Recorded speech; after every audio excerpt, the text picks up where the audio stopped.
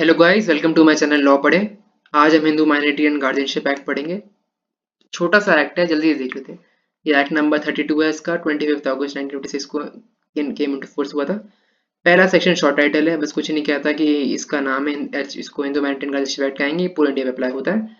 Second है कि इस एक्ट को हम गार्जियनशिप एंड वॉट्स एक्ट 1890 के साथ सप्लीमेंट करके पढ़ेंगे। ये एक जनरल लॉ है, मतलब सब पे अप्लाई होता है। ये हिंदू गार्जियनशिप एक्ट से हिंदू पे अप्लाई होता है।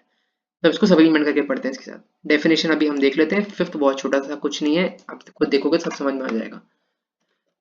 अब ये इंपॉर्टेंट है कि हिंदू कौन होता है, किस पे अप्लाई होता है, हमें जानना जरूरी है। तो वो बंदा जो कि तो हिंदू बाय रिलीजन है, ऑफ कोर्स ही बात है। सेकंड है कि कोई बंदा किसी विराशीवार ब्रह्मो आर्य समाज को बिलोंग करता है, उसको मानेंगे।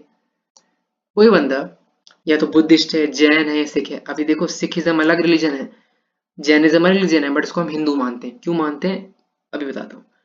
अब देखो, कोई बंदा मुस्लिम, क्रिश्चियन, ज्यू, पारसी नहीं है, मतलब अगर वो मुस्लिम है तो मुस्लिम है, वो क्रिश्चियन है तो क्रिश्चियन है, बट अगर वो नहीं है, हमें नहीं फर्क पड़ता वो कौन सा है, बुद्धिस्ट, जैन है, सिख है, वो बताता है अपने आप को क्या है, वो हम उसको हिंदू मानेंगे।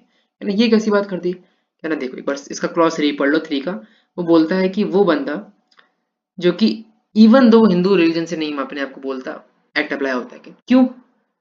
कोई भी नहीं स्टेट में मेजोरिटी देखी जाती है। अब यहाँ पे मेजोरिटी किसकी है? हिंदू की है ना। तो ऑफ कोर्स हम उसको हिंदू मानते हैं। तो वो ऑप्शन दे रहा है कि अगर कोई इंसान हिंदू है, ये कोई इंसान मुस्लिम है, क्रिश्चियन है, तो उसको ठीक है, मान लेते हैं। लेकिन वो बंदे जो इनके अलावा कुछ भी आते हैं, तो हम उसको हिंदू मानेंगे। बुद्धिस्ट, जैन, सिख हमारे प्रैक्टिस सिमिलर में आते हैं, बहुत प्रैक्टिस सिमिलर है, इसलिए हम लोग को इसके हिंदू एम्बिट में डाल दिया, to put under some the umbrella of some act.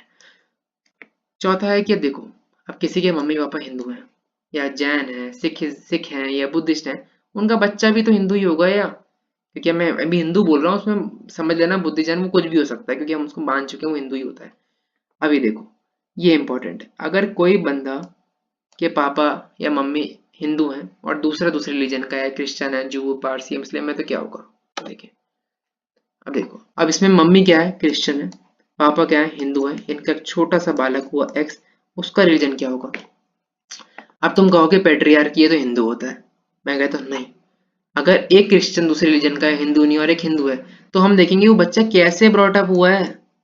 अगर मम्मी ने बचपन में ही बैप्टाइज करा दिया, दूसरे चर्च का पार्ट बना दिया, उस तरह से ब्रॉट अप किया, जिस तरह से अगर वो सही में बच्चे पूरा परिवार क्रिश्चियन होता तो करते। अगर मम्मी मुस्लिम होती, तो बच्चा किस तरह से मुस्लिम परिवार में ब्रॉट अप होता है, ट्राइब में मुस्लिम ट्राइब है, उससे जो भी ट्राइब में ब्रॉट अप होता है, तो उस तरह से उसको हम देखेंगे। तो अगर बच्चा क्रिश्चियन की तरह ब्रॉट अप हुआ है, तो वो क्रिश्चियन हो जाएगा। फर्क नहीं पड़ता पापा हिंदू हैं।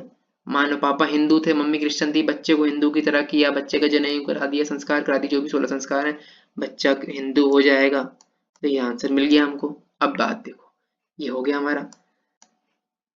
अगर मम्मी क्रिश्चियन से हिंदू बन गई थी, ठीक है, तो वो हिंदू हो जाएंगी। अब मान लो पापा पहले हिंदू से क्रिश्चियन बने, मम्मी को शादी करने के लिए, क्रिश्चियन से वापस हिंदू बन गए हमारे पापा। पापा प्रो हैं पूरे, तो पापा हिंदू हो जाएंगे वापस। अब ये इंपॉर्टेंट है कि ये एक्ट किस पे अप्लाई नहीं होता। ठीक है, ये इम्पोर्टेंट, इसका थोड़ा सा इम्पोर्टेंट है। इसका सेकंड क्लॉज ये बोलता है कि वो एस टी पे अप्लाई नहीं होता। हम नहीं देख रहे एस टी का रीजन क्या है। आर्टिकल 366 कॉन्स्टिट्यूशन क्लॉज 25 में बोल दिया कि एस टी पे नहीं मानेंगे इस एक्ट के अंदर, तो वो हिंदू नहीं कंसिडर हो रहा। ठीक है, नहीं दिमाग लगाना चाहता। ये टू वे ज़्यादा इंपॉर्टेंट नहीं है, छोड़ सकते हो। ये सिंपल सा कह रहा है कि पौंडीचेरी में रिनकंट्स का मतलब होता है वहाँ पे फ्रेंच कोड अप्लाई होता है, तो कुछ फ्रेंच वहाँ पे रूल करने आते हैं, तो वहाँ पे कुछ सेक्ट ऑफ पीपल पे ये वाला रिनकंट्स का अप्लाई होता है, इसलिए वो इसके अंदर नहीं आते। अब डेफिनेशन देख रहे थे, सिंपल सी बात है यार। नाम ही माइनॉरिटी है, तो पहले पता चलेगा माइनर कौन होता है। तो पर्सन बिलो 18 साल, उस पर अप्लाई होता है। अभी तुम्हारे मन में क्वेश्चन आया कि सिर्फ हिंदू मैरिज गारमेंटेड गार्जियनशिप एक्ट सिर्फ माइनर पे अप्लाई होगा? हाँ, उसकी बॉडी के लिए, उसकी प्रॉपर्टी के ऊपर अप्लाई होगा। उसकी बॉडी मतलब उसकी देखभाल, और उसकी प्रॉपर्टी, उसकी प्रॉपर्टी होती है। अब बच्चा अनसाउंड हो सकता है, कोई दिक्कत नहीं है, लेकिन अगर कोई अडल्ट अनसाउंड है तो उस सेट के अंदर नहीं आएगा वो। अब गार्जियन कौन है? गार्जियन भी तो बनोगे। तो वो गार्जियन जो कि माइनर की पर्सन, या मतलब माइनर की खुद उसकी बॉडी या माइनर की पर्सनल देखभाल, और उसकी प्रॉपर्टी या एक या उसकी प्रॉपर्टी या दोनों का ध्यान रखता है वो गार्जियन है। तो तुमने बोला ठीक है हम मान गए कि मेजर होता है माइनर नहीं होता, लेकिन क्वेश्चन तो आना चाहिए ना कि कभी माइनर बन सकता है गार्जियन। तो सेक्शन 10 एक बात कहता है, सेक्शन 10 कहता है हाँ वो पर्सन मतलब किसी बंदे की बॉडी का या पर्सन का ध्यान रखता था, मतलब एक माइनर दूसरे माइनर की बॉडी का ध्यान रख सकता है, वो उसकी प्रॉपर्टी का नहीं करेगा। क्यों भैया, कॉन्ट्रैक्ट एग्री पढ़ा है हमने कि माइनर तो इनकॉम्पिटेंट है ना, वो तो कॉन्ट्रैक्ट नहीं कर सकता, उसको सेल करना है एक्सचेंज ट्रांसफर करना है उसके लिए कॉन्ट्रैक्ट करना पड़ेगा, इसलिए माइनर प्रॉपर्टी के लिए नहीं कर सकता, इसी का ध्यान रख सकता है। मान लो 15 साल का लड़का है, 10 साल का ध्यान रखने के लिए रख सकता है ऐसे, ठीक है। तो ये सिंपल समझ में आ गया हमको। अब बोलो सोचो कि एक ऐसा गार्जियन है जो कि मानते तो गार्जियन है पूरी तरह से उसको, वो अडल्ट भी है सब कुछ है, लेकिन उसके पास पावर ही नहीं है गार्जियन की। यार ऐसा कौन सा गार्जियन है, आओ देखें। तो पहले से ये सेक्शन 11 को समझने से पहले हमें, तुमने फर्स्ट ईयर में लीगल इंग्लिश पढ़ी है तो तुमने डी फैक्टो डी ज्योर के बारे में पक्का एंड पक्का सुना होगा। डी ज्योर क्या है, जो कि लॉ कहता है, लॉ कागज में लिखा है, और डी फैक्टो असल में क्या है। हमारे देश में हमारी माँ महिम राष्ट्रपति Shri Draupadi Murmu ji de jure head है भाई, पूरी मिलिट्री इनके पास है, ये साइन ना करें तो एक्ट लॉ नहीं बनता है ना। तो लेकिन क्या मोदी जी से ज्यादा पावर है, ये कुछ नहीं कर सकती इनसे बिना पूछे, राइट। तो हमें समझ में आ गया डी ज्योर मतलब जो कि लॉ में है, कॉन्स्टिट्यूशन में लिखा है, लेकिन एक्चुअल में क्या हो रहा है। तो वही गार्जियन, उसी तरह से वो गार्जियन जो कि गार्जियन लॉ में नहीं है बट वो है। कैसे, मानो किसी के मम्मी पापा हैं, लेकिन मानो जैसे लड़का है, अमेजिंग नाम का लड़का है, ठीक है। अब इसके ये पापा अपने भैया के साथ रहता है गांव में कहीं शहर में, तो भैया गार्जियन हो गया, भैया डी फैक्टो गार्जियन हो गया। 20 साल के हैं भैया, 10 साल का बच्चा है, तो पूरी देखभाल कॉलेज में स्कूल में जाएंगे बच्चे के साथ जाएंगे, लेकिन मार्कशीट पे तो पापा का नाम ही लिख के आया ना, ब्रिलियंट। तो इसलिए हम वो देख रहे हैं कि चाहे वो डी फैक्टो है, गार्जियन कहता है लेकिन वो डी फैक्टो है, असल में जो है वो डी ज्योर होता है और वही कर सकता है। अब इसमें देखो ये पढ़ के गया, इसके पूरे 100 मार्क्स आए। अब इसको अच्छे से और समझ में नहीं आया तो देखो, सल्लू छोटू, सल्लू बड़ू, ठीक है। अब सोहेल खान जी बड़े भाई हैं, उसको ध्यान रख रहे हैं, मानो ये छोटा माइनर है अभी, ठीक है। तो ये होगा डिफेक्टो, लेकिन असल में क्या तुम उनके आधार कार्ड से सलीम साहब का नाम हटा सकते हो? असल में तो यही रहेंगे, रहेंगे नहीं रहेंगे। तो डी फैक्टो गार्जियन देखभाल कर सकता है, ठीक है, पूरे अच्छी तरह से वैसे ही ट्रीट करेगा जैसे वो गार्जियन है, बट वो प्रॉपर्टी डिस्क्राइब प्रॉपर्टी नहीं कर सकता। ये कैसी बात है, ऐसी बात है भैया, बस वो है, ये नहीं कर सकते इनसे बिना पूछे क्योंकि ये गार्जियन है ना भाई असल में। अब तुम्हारे में क्वेश्चन आया यार कि मान लो सोहेल खान जी ने इतना पैसा लगाया, बेचारा खाना खिला रहा है उसको, तो क्या उतना खर्चा करने के बाद उसकी प्रॉपर्टी, मान लो सलीम साहब सारी प्रॉपर्टीज को छोड़ गए, मर गए, तो क्या वो निकल कर सकता है? सोचो क्या आंसर होगा। कोर्ट की डिस्क्रिप्शन, दिमाग नहीं लगाना।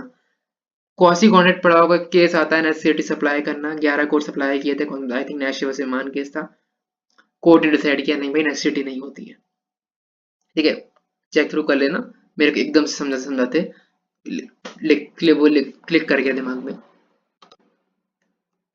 अब एनजी पढ़ के आए, एनजी कहाँ पढ़ के आए थे हम, एनजी पढ़ के आए थे यहाँ पे, गार्जियन कितने तरीके के होते हैं यार, हमने पढ़ा नहीं अभी, हमने देखा था गार्जियन माइनर उसके प्रॉपर्टी का होता है वो होता है, तो अपने कहा गार्जियन कितने तरह के होते हैं।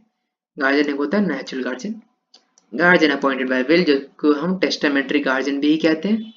अभी विल कौन कौन कर सकता है वो आगे देख लेते हैं, फादर एंड मदर दोनों कर सकते हैं। ऐसा गार्जियन जो कि अपॉइंटेड बाय कोर्ट हो, कोर्ट भी अपॉइंट करता है किसी किसी केस में, कोई बचा ही ना हो, या गार्जियन किसी और एक्ट में, कौन सा एक्ट में, सीपीसी ऑर्डर 32 पढ़ना याद, देखोगे समझ में आ जाएगा कि उसमें माइनर की बात हुई है, उसकी देखभाल है उसके रक्षक के लिए। तो पहला गार्जियन है हमारा नेचुरल गार्जियन, सेक्शन 6 पढ़ना है अपने को।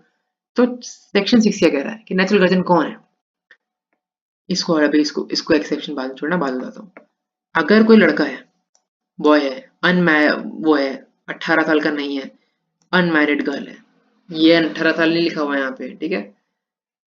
तो उसका एनजी जो होता है ना, नेचुरल गार्जियन, जो असल में गार्जियन है वो पहले पापा होते हैं, पापा पहले घर में आएंगे फिर मम्मी आएंगी। लेकिन अगर इलेजिटिमेट बच्चा है, इलेजिटिमेट अनमैरिड है ना, तो पहले मदर हो जाएगी। क्या ना, ऐसा क्यों भैया? इलेजिटिमेट है ना। मम्मी का तो पता है हमको, पापा कौन है इसलिए अभी तो ये नहीं पता, नाजायज हो गया ना। नो पापा पता नहीं, इसलिए पहले मदर को राइट दिया कि भैया आपका लेजिटिमेट है, आप देखो, फिर फादर को भी यहाँ पे बाद में आएंगे घर में। अब मैरिड गर्ल हो जाए तो, बेचारी अनमैरिड थी, शादी करा दी, तो हस्बैंड ने देखभाल कर लेगा वो। अब अगर बच्चा 5 साल से छोटा है, या 5 साल या 5 साल छोटा है, तो उसकी कस्टडी किसके पास रहेगी? मैं गार्जियनशिप की बात नहीं कर रहा हूँ, उसकी प्रॉपर्टी का या उसकी मेन देखभाल का जो गार्जियनशिप में के पास, जो गार्जियन के पास होता है, वो चाहे पापा के पास होता है। कस्टडी होती है कि वो किसके पास रहेगा, पहले रक्षक के अंदर रहता है। तो अगर बच्चा है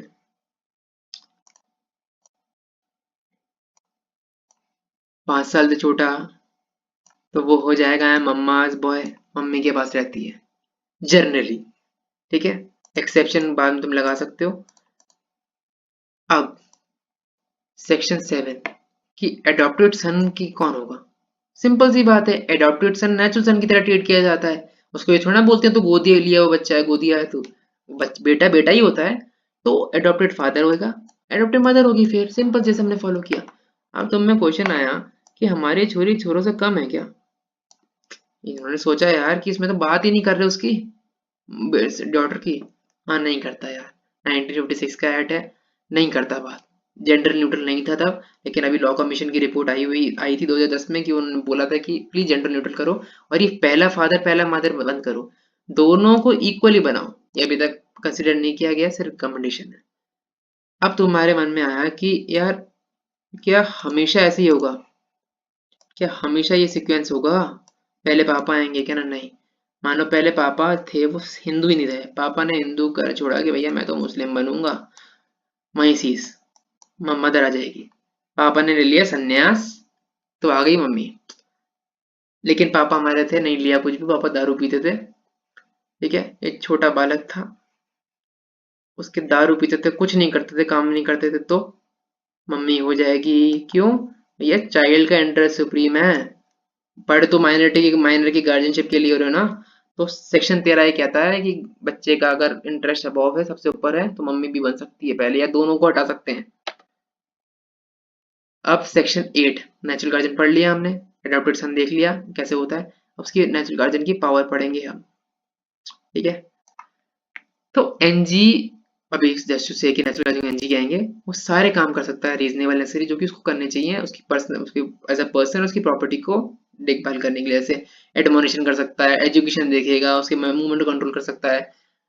बट ये लिखा हुआ नहीं है, मैं सिर्फ रीजनेबिलिटी बता रहा हूँ कि क्या क्या चीजें नेसेसरी हो सकती हैं। अब माइनर के लिए उसकी जब एस्टेट का ध्यान रख रहा है, तो वो उसको पर्सनल कोविनेंट से नहीं बांधेगा। पता चला बच्चे की 1 करोड़ की प्रॉपर्टी थी, मम्मी गार्जियन थी, वो दिया ही लोन पे कि भैया मैं तो उसको करके बच्चा चुकाता रहेगा मेजर होते हुए। नहीं, बच्चे को खुद की किसी पर्सन कोविनेंट से नहीं बांध सकते। या मान लो खुद की प्रॉपर्टी थी, उसकी देखभाल करके उसको किसी तरह से बांध दिया कि भैया ये चुकाएगा, मैं नहीं चुकाऊंगा। बच्चे की देखभाल करते समय आपने आप लोन दिया है, किसी को वादा करा है कि मैं मर गया तो ये देखेगा, कुछ नहीं करना। सबसे फेमस एग्जाम्पल, सबसे इजी एग्जाम्पल और एप्ट एग्जाम्पल है फैजल भाई का। शायद खान का बदला सरदार खान ले रहा है। सरदार खान बोल रहा है कि तुम, मैं बदला मरूंगा नहीं, बेचारे फैजल भाई को लेना पड़ गया। तो बाप का दादा का बदला भैया सब बाप अब बाप का दे, दादा दादा का ले ले, और भाई का भाई ले, बच्चे को नहीं बांधो गया, खत्म होगी बात। अब एनजी सब कर सकता है ये दोनों पावर, लेकिन उसको कोर्ट की परमिशन लेनी पड़ेगी, और कोर्ट भी भैया कोर्ट की परमिशन, कोर्ट देखेगा कि भैया तू कर तो रहा है, ठीक है मेरी परमिशन ले रहा है, बट एडवांटेजेस है क्या, नहीं है तेरे बच्चे को। ठीक है, तो वो कोर्ट की परमिशन से पहले किसी तरह का ट्रांसफर, जो कि मॉर्गेज सेल चार्ट एक्सचेंज नहीं कर सकता। लीज नहीं है इसमें, लीज के लिए भी पॉइंट है, वो लीज दे सकता है माइनर की प्रॉपर्टी इफ बेनिफिट है, लेकिन 5 साल से ज्यादा नहीं होगा। और जैसे ही बच्चा अडल्ट हो गया, मान लो लीज चल रही थी, 15 साल की उम्र में दिया, ये अडल्ट हो जाएगा 18 साल में, तो 1 साल और चलेगी अडल्ट होने के बाद। ये 5 की जगह 4 चलेगी, तो 19 साल तक में हो जाएगी, 1 साल घट जाएगा। हमने देखेंगे नहीं कि ओ 5 साल की बात है, नहीं हो सकता। माइनर की प्रॉपर्टी है, उसके बाद रिटर्न के बाद 1 साल चलती है। लेकिन अब तुम्हारे मन में क्वेश्चन आया कि बालक है 5 साल का, लीज दी 5 साल की ली, बच्चा 10 साल का है, अब क्या करें? कोड अब क्या वो वापस दे सकता है? अब ये कहीं लिस्ट में लिखा हुआ नहीं है, बट आई थिंक ये इम्प्लाइड हो जाएगा अकॉर्डिंग टू द इंटरप्रिटेशन कि वो वापस कोर्ट से परमिशन लेगा, 10 से 15 देगा, ऐसे 15 को होगा फिर वो 4 साल के लिए हो जाएगा। लेकिन अब मानो ये सब हो गया, हमें समझ में आ गया। अब उसकी प्रॉपर्टी जो माइनर थी डिस्पोज कर दी एनजी ने, कोर्ट की परमिशन नहीं ली, उसको पर्सनल कोवेनेंट से बांध दिया। अब माइनर को आया गुस्सा, माइनर ने बोला भैया मैं नहीं मानता, ये वॉइडेबल कराओ। माइनर के पास पूरी पावर है, माइनर उसको या तो चलने देगा या बोल देगा खत्म करो। अब तो मैंने बोला कि ठीक है, ये मैंने तो मैं पढ़ा था ना सेक्शन 2 यहाँ के लिए पढ़ा था हमने इसके अंदर कि अगर कोई परमिशन लेनी है ना तो सेक्शन 29 देखना पड़ेगा GNWA का, गार्जियनशिप एंड वॉर्ड्स एक्ट का। अब आया हमारा टेस्टामेंट्री गार्जियन, जो कि और वो जो 2 गार्जियन है ना,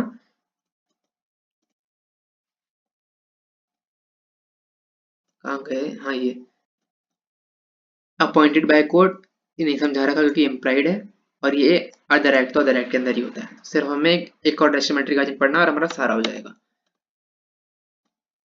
टेस्टामेंट्री गार्जियन सेक्शन 4 में डिफाइन है, वो माइनर के बॉडी पर्सन वैसे ही एक्ट करेगा जो कि उसके पास है। अब ये अपॉइंटेड बाय विल होता है, विल कौन लिखता है? फादर लिख सकता है, मदर लिख सकती है। अब फादर हमारा फर्स्ट एनजी है, मरने से पहले विल बना गया और एक्स को बना गया। अब एक केस लो कि फादर ने टीजे अपॉइंट किया तो मदर आ गई। मदर क्यों आई टी एक्स के होते हुए? भाई हमारा जो एनजी है ना वो सुपरसीड करेगा टीजी को, ये बेसिक रूल है, ये लिख लो, दिमाग में बिठा लो, कॉमन सी बात है, वो करेगा सुपरसीड उसको। तब ठीक है, मम्मी आ गई। अब मम्मी मर गई, अपना टीजे नहीं बनाया, पापा का टीजे चलने दिया, तो पापा का टीजे भी जीत गया। मम्मी के बाद टीजी आ जाएगा मम्मी की जगह पे, बच्चा माइनर है तो। लेकिन अब सोचो, पापा ने बनाया टीजी एक्स, ठीक है, मम्मी आई, मम्मी ने तो थोड़ी और साल जिंदा रही, मम्मी बना गई वाई, किसका टीजी जीतेगा? मम्मी का टीजी जीतेगा भाई, लास्ट वाला जीतता है, सिंपल सी बात है। अब तो इलेजिटिमेट की बात की थी हमने नेचुरल गार्जियन में, जब हम इसको सेक्शन 6 पढ़ रहे थे तो मदर फर्स्ट एनजी बनती है अगर इलेजिटिमेट बच्चा है और माइनर गर्ल है। अब मानो टीजी आ गया, टीजी आ गया ना, टीजी टीजी बाबू आए हमारे, माइनर गर्ल की होगी शादी, टीजी को बोलो टाटा बाय बाय, टीजी नहीं टीजी हो जाएंगे बाय बाय, ठीक है, बाय। अब टीजी की पावर क्या है? टीजी की पावर कुछ नहीं है भाई, टीजी की पावर सेम है, ठीक है, टीजी की पावर सेम होती है, इसकी सेम होती है नेचुरल गार्जियन की, है ना, है बिल्कुल सेम होती है। अगर विल में कोई रेस्ट्रिक्शन डाल दिया, मानो 5 मकान थे, बोला सिर्फ तू ये 2 का ध्यान रखिएगा, 3 का नहीं कर सकता, कुछ भी नहीं कर सकता भाई, वो रेस्ट्रिक्शन है। या बोल दिया कि तू एक ही है, इसकी तू इसी स्कूल में पढ़ाना है, तेरे को देखभाल करनी है, रिस्ट्रिक्शन है। अगर रेस्ट्रिक्शन नहीं है तो करो 9G की तरह पूरी पावर एंजॉय। अब ये एक सेक्शन बचा है 12, ये 9 पे भी अप्लाई होता है, और एक जगह मैंने बोला था ये छोड़ दो उस चीज को, accept in the case of undivided interest. तो नेचुरल गार्जियन हो या टेस्टामेंट्री गार्जियन हो, अगर बच्चे का किसी जॉइंट हिंदू फैमिली में इंटरेस्ट है या अपना उसका राइट है, तो भैया गार्जियन कुछ नहीं करता, उसको डिस्पोज ऑफ नहीं कर सकता, उसका मालिक करता है, करता देख लेगा कैसे करना है, ठीक है। But there is an exception. High Court can appoint guardian. हमारा हो गया खत्म। ये 3 कुछ केस लॉज हैं, ज्यादा इतने केस लॉज हैं भी नहीं इंपॉर्टेंट भाई, 3 कुछ हैं ये इंपॉर्टेंट है, कभी कभी एग्जाम में ये 2 तो आए हुए हैं प्री के अंदर, ये एक बार पढ़ लेना, तीनों आप याद रहने चाहिए। तो हमने सारे पढ़ लिया, पहले कि हमने देख लिया शॉर्ट टाइटल क्या है, सप्लीमेंट कैसे होता है, कौन हिंदू है, डेफिनेशन पढ़ लिया हमने, और ओवरराइडिंग इफेक्ट देख लिया उसका। उसके बाद हमने देख लिया कि सेक्शन 6 के अंदर कौन आता है, नेचुरल गार्जियन देख लिया हमने उसका, उसकी पावर्स देख ली, टेस्टामेंट्री गार्जियन देख लिया, एडॉप्टेड सन देख लिया, उनकी पावर्स की बात कर ली, और डिफेक्टो गार्जियन की बात भी कर ली, और 3 केस लॉज भी देख लिए। तो यहाँ होता है हमारा पूरा एक्ट खत्म। सिंपल सा है, 2 बार एक बार वीडियो देखोगे याद हो जाएगा, पढ़ोगे और इजी है। ये बस 30 बस 21 क्लास देख लेना, और कोई मिले तो वो भी लिख लेना। सो that's it for now. Thank you for watching the video. Please subscribe, and कैसी लगी वीडियो प्लीज कमेंट सेक्शन में बताना, लाइक करना और शेयर करना. Thank you, bye.